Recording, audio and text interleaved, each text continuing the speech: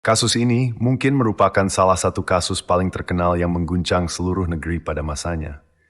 Kemarahan publik meledak di dunia maya, dengan wajah-wajah pria yang dianggap sebagai pelaku tersebar tanpa filter, menyebabkan masalah baru tersendiri.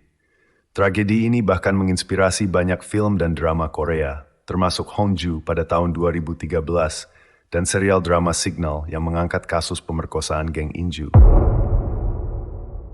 Pada bulan Juni 2003, seorang gadis berusia 14 tahun yang hanya dikenal oleh publik sebagai Tre, tinggal di kota Uran di Provinsi Gyeongsang Selatan, Korea Selatan.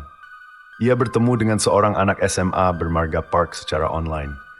Mereka terus berkomunikasi selama beberapa waktu dan pada bulan Januari 2004, Park mengundangnya ke rumahnya di Miryang.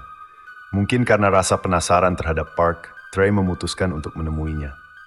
Namun, begitu sampai di sana, Park membujuknya masuk ke dalam rumah dan, tanpa peringatan, memukul kepalanya dari belakang dengan pipa besi hingga Tre pingsan.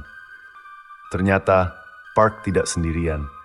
Ia bersama 11 anak laki-laki lain yang merupakan bagian dari geng pemuda yang dikenal suka menyerang dan mencuri uang dari siswa-siswa lain di daerah tersebut. Ke-12 anak laki-laki ini menyeret Tre yang tak sadarkan diri ke sebuah motel terdekat. Di sana, mereka mulai memperkosanya secara bergantian. Mereka merekam perbuatan keji ini menggunakan kamera perekam dan telepon seluler. Tre benar-benar tidak berdaya. Anak-anak laki-laki itu mengancam akan menyebarkan video dirinya yang sedang disiksa secara seksual di internet jika ia memberitahukan peristiwa ini kepada siapapun. Ketakutannya begitu mendalam, sehingga ia tidak berani bercerita pada siapapun tentang apa yang telah terjadi padanya. Tragisnya, kekerasan ini tidak hanya terjadi sekali.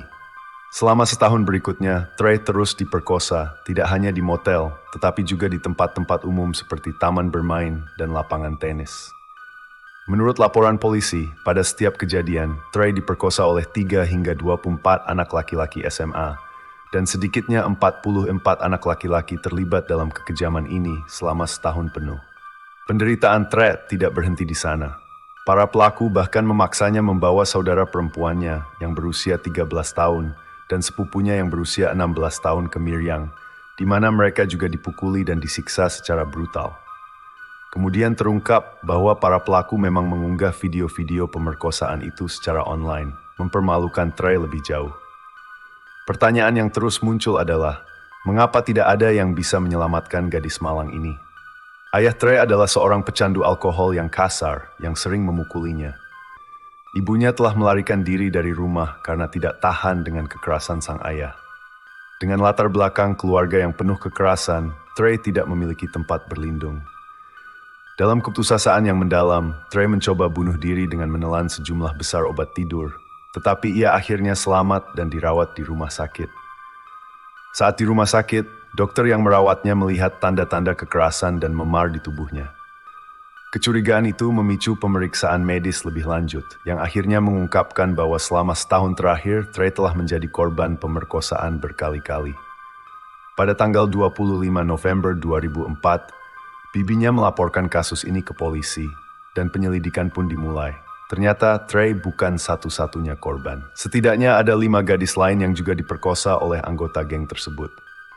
Namun, penegakan hukum yang diharapkan oleh masyarakat tidak berjalan mulus. Polisi yang menangani kasus ini ternyata memperlakukan para korban dengan tidak layak. Para korban diberitahu bahwa mereka telah merusak reputasi kota dengan melaporkan kejadian ini, dan identitas mereka bocor ke media. Ketika identitas Tre terungkap, pelaku dan keluarga mereka mulai memerasnya. Meskipun Tre telah meminta untuk diinterogasi oleh petugas wanita, permintaannya ditolak. Sebaliknya, ia diinterogasi oleh petugas pria yang bertanya dengan nada mencemooh apakah ia yang telah menggoda anak-anak laki-laki tersebut. Bahkan lebih mengerikan, Tre ditempatkan di ruangan yang sama dengan pelaku selama penyelidikan, di mana ia harus mendengar polisi bertanya kepada setiap anak laki-laki apakah mereka pernah melakukannya di hadapannya. Kekejaman yang dilakukan terhadap Tre, baik oleh pelaku maupun oleh aparat yang seharusnya melindunginya, sungguh sulit dipercaya. Tre dalam kondisi fisik yang sangat buruk dan harus dirawat dalam jangka waktu lama karena luka-luka yang dideritanya. Ia juga sangat tidak stabil secara mental dan mencoba bunuh diri berkali-kali. Pada akhirnya, ia ditempatkan di bangsal psikiatri tertutup untuk mendapatkan perawatan. Namun, bahkan di sana, ayahnya datang bersama orang tua para pelaku, memaksanya untuk menyetujui penyelesaian finansial sebesar 50 juta won. Lebih buruk lagi, ayahnya mengambil semua uang penyelesaian tersebut, tidak menggunakannya untuk perawatan atau kebutuhan Trey. Setelah sembuh dari perawatan medisnya, Trey berusaha untuk kembali ke sekolah dan melanjutkan pendidikannya. Namun, tidak ada sekolah yang mau menerima seorang korban pemerkosaan. Ketika akhirnya ia berhasil diterima di satu sekolah, ia terpaksa keluar karena orang tua pelaku terus mendatanginya setiap hari, memaksanya untuk menandatangani petisi yang meminta keringanan hukuman bagi para pelaku. Jadi, apa yang terjadi pada 44 anak laki-laki yang terlibat? Jaksa mengirim sebagian besar terdakwa ke pengadilan remaja, dan beberapa dakwaan terhadap mereka ditarik.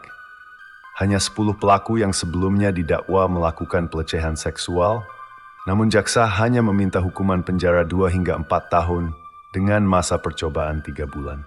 Dengan alasan usia muda para pelaku dan fakta bahwa beberapa dari mereka telah diterima di perguruan tinggi atau mendapatkan pekerjaan, hakim bahkan menolak sebagian dari tuntutan jaksa dan mengirim mereka ke pengadilan anak-anak.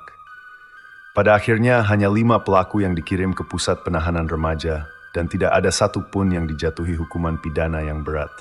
Sangat memilukan bahwa keadilan tampaknya tidak berpihak pada Trey. Setelah semua penderitaan yang dialaminya, ia tidak hanya dibiarkan tanpa perlindungan dari hukum, tetapi juga terus diintimidasi oleh keluarga pelaku dan orang-orang di sekitarnya. Masyarakat yang seharusnya melindungi korban malah membuatnya semakin terpuruk. Lebih menyakitkan lagi, setelah semua yang dialaminya, keluarganya sendiri, terutama ayahnya, lebih memikirkan uang penyelesaian daripada kesehatan fisik dan mental Trey. Trey tidak menyerah begitu saja. Meskipun ia harus mengalami banyak rintangan, termasuk kehilangan kesempatan untuk melanjutkan sekolah dan tekanan dari keluarga pelaku, ia mencoba bertahan. Namun luka batin yang dideritanya jauh lebih dalam dari yang bisa disembuhkan oleh perawatan medis. Kasus ini, yang dikenal sebagai kasus pemerkosaan geng Miryang, menjadi simbol dari sistem hukum yang tidak mampu melindungi korban kekerasan seksual, terutama ketika pelakunya adalah remaja. Meskipun tragedi ini terjadi pada tahun 2003 dan 2004, dampaknya terasa hingga bertahun-tahun kemudian. Masyarakat Korea Selatan terus memperdebatkan pentingnya perubahan dalam sistem hukum, terutama terkait dengan kejahatan yang dilakukan oleh remaja. Hampir 2 dekade telah berlalu sejak peristiwa ini terjadi, dan banyak hal yang telah berubah menjadi lebih baik di Korea Selatan dalam hal perlindungan hukum bagi korban kekerasan seksual. Namun, beberapa kasus serupa yang terjadi dalam beberapa tahun terakhir masih menimbulkan kemarahan masyarakat, terutama terkait dengan hukuman ringan yang diberikan kepada pelaku kejahatan seksual, terutama yang masih berusia remaja. Ada desakan dari berbagai pihak untuk menurunkan usia minimum tanggung jawab pidana di Korea Selatan, agar para pelaku yang masih remaja bisa dihukum lebih berat atas kejahatan yang mereka lakukan. Meskipun sistem peradilan pidana dirancang untuk memberikan keadilan bagi semua, kasus-kasus seperti yang dialami oleh Trey menunjukkan bahwa seringkali korban tidak mendapatkan perlindungan yang mereka butuhkan.